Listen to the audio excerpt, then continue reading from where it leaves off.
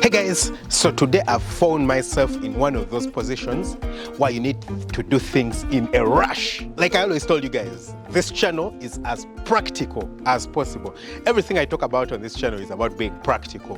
Nothing fancy, nothing out of reality, because this is business, you know, it's not a hobby. It's about trying to make money, but it's also about the real world. It's about how much money you have available. It's about how much time you have available. It's about how much resources you have available, how much land you have available. So today is a Wednesday, and on Friday, I'm expecting to receive about 2,700 day-old chicks. That's layers. And I don't have a place ready. So we're going to be working in a rush to prepare this house over here. Now, this house had been constructed by my dad. I think he had kept some chickens in here before, and currently we've been using it to keep some goats inside here.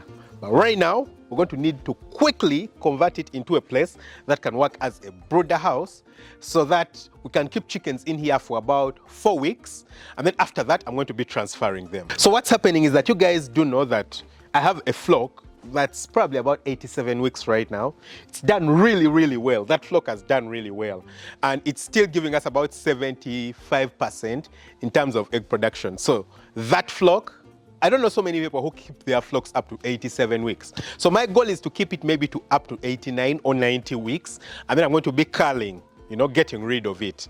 And then I need to prepare that house to transfer this flock over there. But I don't have the time to make sure that I first empty the other place and then, you know, clean it up, because cleaning it up and everything takes maybe a month. So I need to be able to use this place for a few weeks, maybe 4 to 6 weeks inside here. And I know I can easily keep my 2,000 something birds inside here for a few weeks. So that's going to be the goal, guys. That's the goal.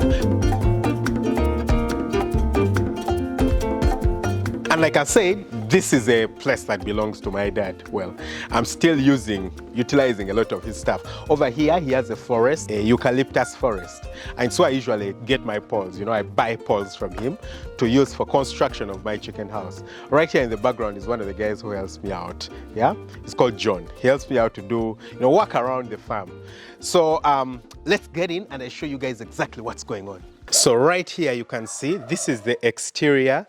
And you can see that, well, he put some chicken mesh on the outside, but it's faulty, as you can see. It has holes and spaces, lots of holes and spaces. So we've been trying to patch it up. If you see these offcuts from timber, yesterday we tried to patch it up, but we still have a lot of spaces right here. So we're going to try to pull them down and fix in nails so to reduce the spaces, to minimize the likelihood of birds and other things coming inside, and maybe cats. That would be a big problem for us. And then when we get inside, you can see it was even being used as a kitchen. You see, we have stones here. So it was being used as a kitchen for cooking and things like that. The floor, honestly, the floor is not terrible.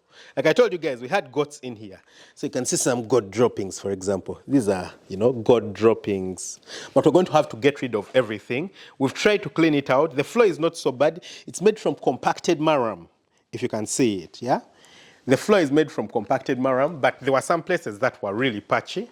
So yesterday we brought some more marram and put in, for example, this area, and then this entire area in the corner over here. We brought marram and put it in, and we compacted it. So we've tried to wash it down. We've tried to clean it up, even the outside.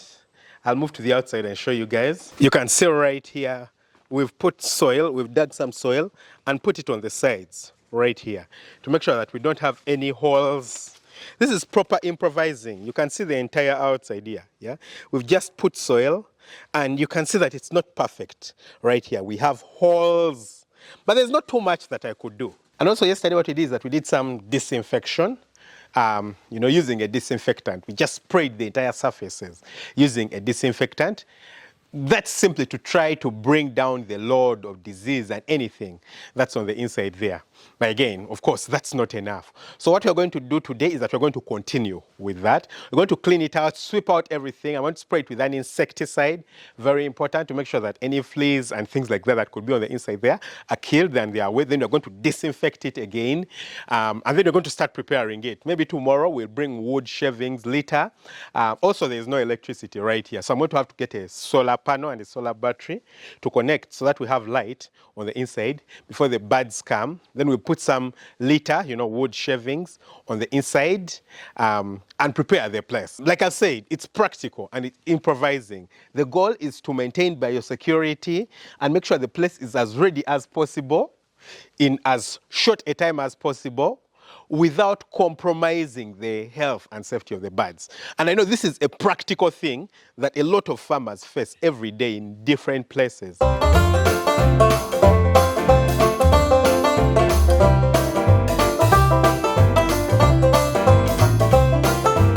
So guys, we are almost there. We are almost there. And right now, we are preparing the brooder.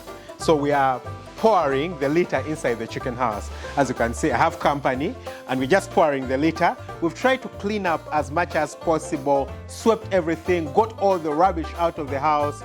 We've tried to repair the side of the chicken house so we don't have, very many holes.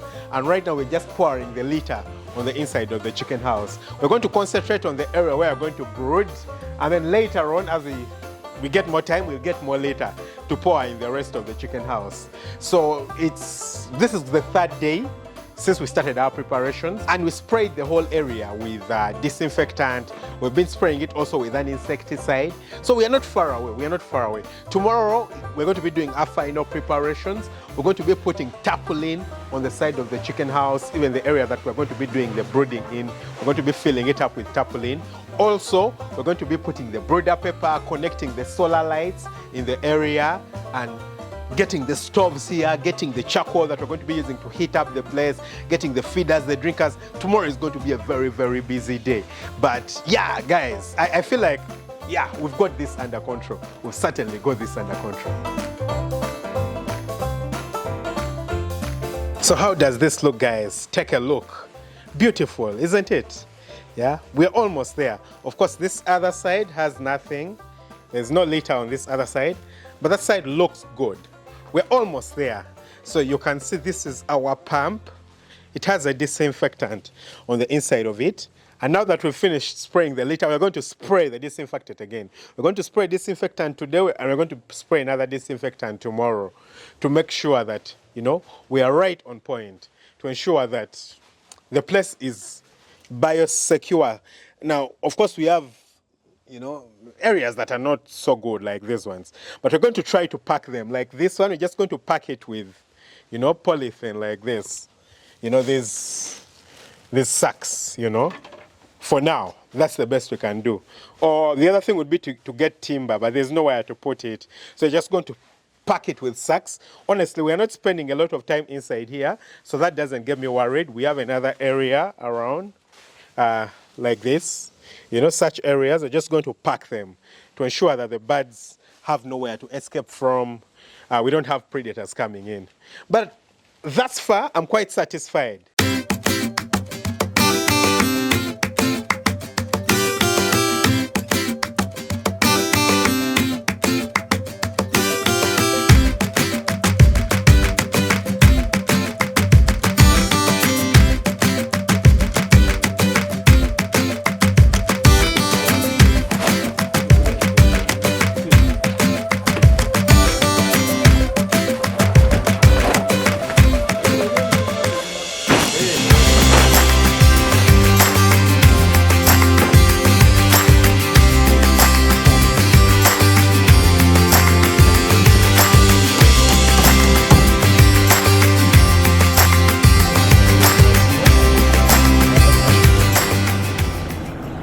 Hi guys, so it's the wee hours of the morning and we had to do things in a rush. So unfortunately I didn't get to show you guys when we were getting the birds out. It's about 4 a.m. right now. They arrived at about 3 a.m.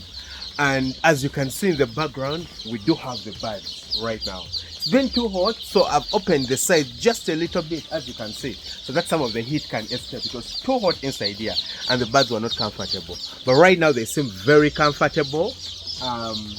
They are starting to drink the water, they are starting to run around. We've given them just a little bit of time to get comfortable. So since they had a very long journey, they probably have been moving for the past, I don't know, maybe 8 hours or so. So because of that, we are first letting them dehydrate, letting them settle down so that they calm down, they enjoy themselves, as we give them time to, you know, just relax before we start to give them feed. So we're going to give them about 1 hour or so of them settling in, you know, drinking the water, for them to find the drinkers. They are moving around trying to find the drinkers. So they find the drinkers, they settle in.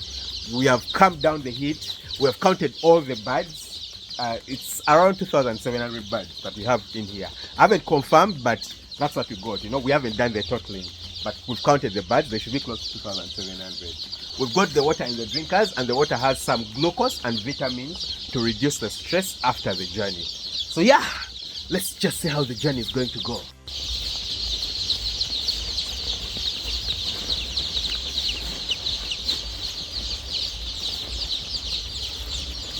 Oh guys, so finally we have given the birds feed. Sorry about the camera, it's not the best. The lighting in here is not the best, but well, the content is the most important thing, right? Yeah, so it's now quite early in the morning. It's after 5 a.m. and as you can see in the background, the birds have been given their feed. You can see that the feed is on the trays. You know, you can see the orange trays. That's the orange feeder trays for the feed. They have pelleted feed. And then you can see that we are moving around trying to disperse the birds. You know, you'll see us using our feet to disperse the birds, and that's very important because you shouldn't wear gumboots inside the brooder, because if you do step on a bird, it's very easy to miss it. So it's easy for you, you know, it's called gumboot disease, where you step on the birds and some of them die. So the only way to avoid it is to literally avoid wearing gumboots. So we try to avoid wearing gumboots and disperse the birds just with your feet very gently as you move around, so that they are spread a bit more evenly. And right now they are starting to feed on the pellet. We put pellet both on the trays and on the pepper all around, literally on the ground everywhere. We put peppers with feed so that the birds can understand what feed is. So anywhere they are, they can actually feed. So that's what we are doing right now. It's day 1 today. So I'm going to be sharing the entire journey starting tomorrow. I'm really excited about this, guys. So I think I'll stop the video right here for today, and then we'll start off in the morning.